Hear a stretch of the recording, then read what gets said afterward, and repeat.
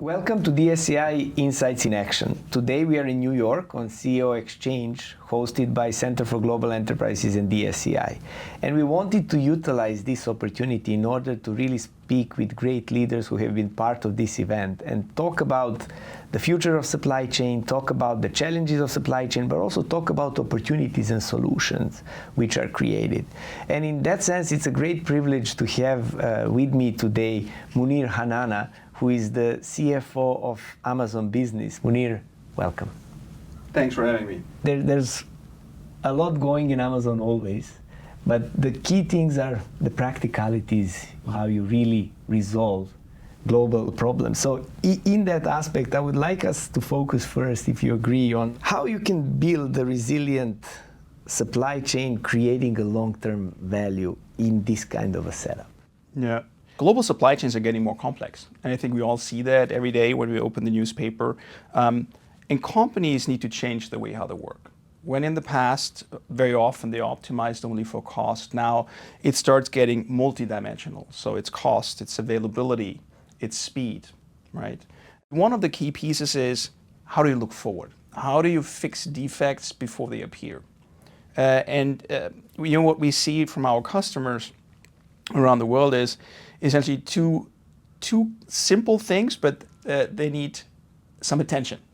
The one is companies are mapping their supply chain in a digital way. So they essentially create a digital twin. With that, they can see risk, they can start building simulations and say, well, what are some of these edge cases? What could happen, right? And so with that, they can make their supply chain more resilient before you actually have the defect and you're running behind. So that's number one. Number two is real-time data.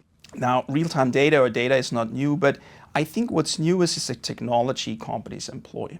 It's machine learning, it's everything which is, now under the AI umbrella. Because it's not just about the real-time data, it's really about the quality. The better your quality is, the better you also can make predictions. Your simulations will be better. And so these, I think, are the two key pieces companies are focused today.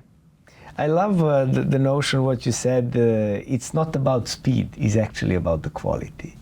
As businesses embrace eco-conscious practices and responsible purchasing, we see that the trend of a new customer expectation is changing. And what kind of solutions, does Amazon Business offer to help these initiatives?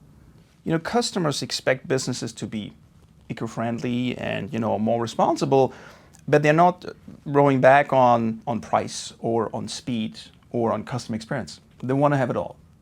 And so whilst this is challenging, it's not impossible. I can give one or two examples how we're trying to help businesses to do that. So one of them is within Amazon Business, we have certified product filters. So we help you in search, right? So you go, you search for product, and it makes it very easy to find it. You're not losing a lot of time.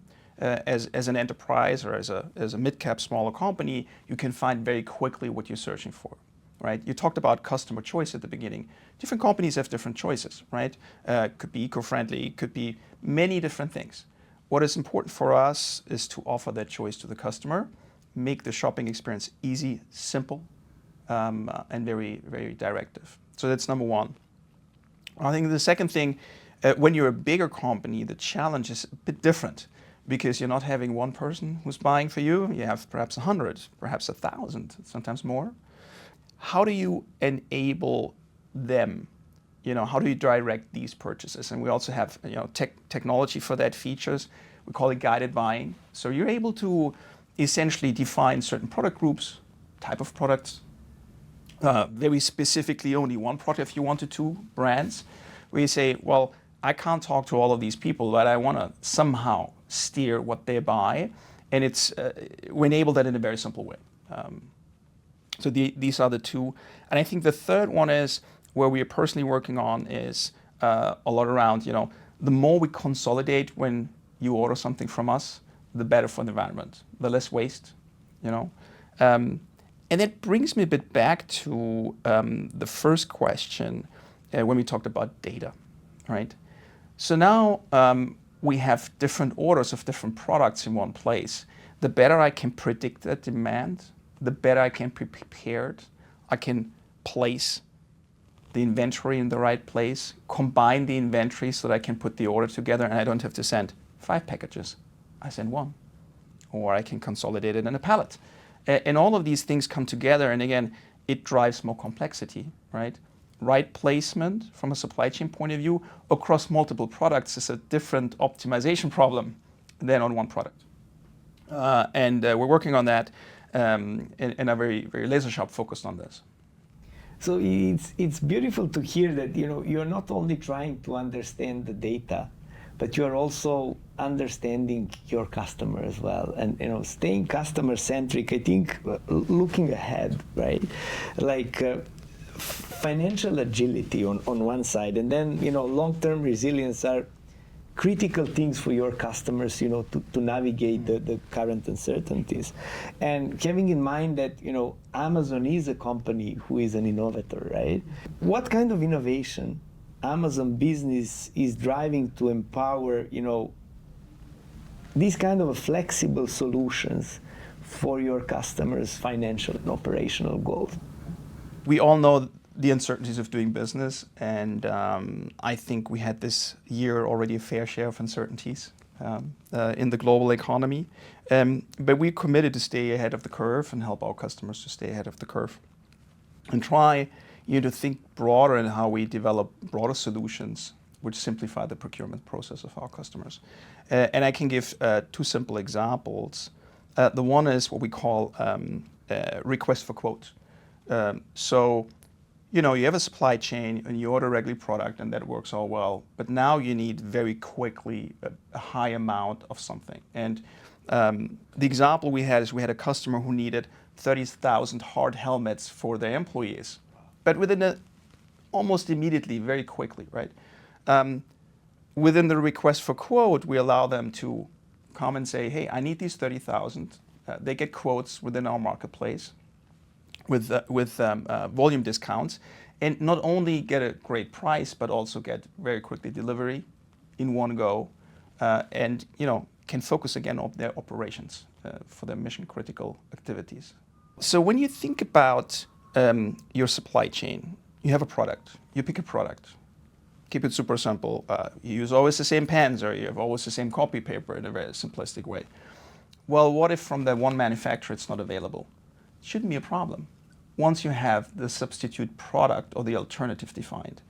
And what we do, for example, with our customers where we have multi-year contracts, at the time when we make the contract, we define the alternatives, the price, the quality. So in a moment where we would have a disruption, always uncertainties will always happen, right? Defects appear. It's never going to be 100%. It's probably not visible for the customer because they have immediately an alternative, and the price is not a surprise and the quality is not a surprise. And I think, substitutability at scale is not easy to achieve, but possible. And that's one of the areas we're trying to be also very focused on because we see good resonance from our customers.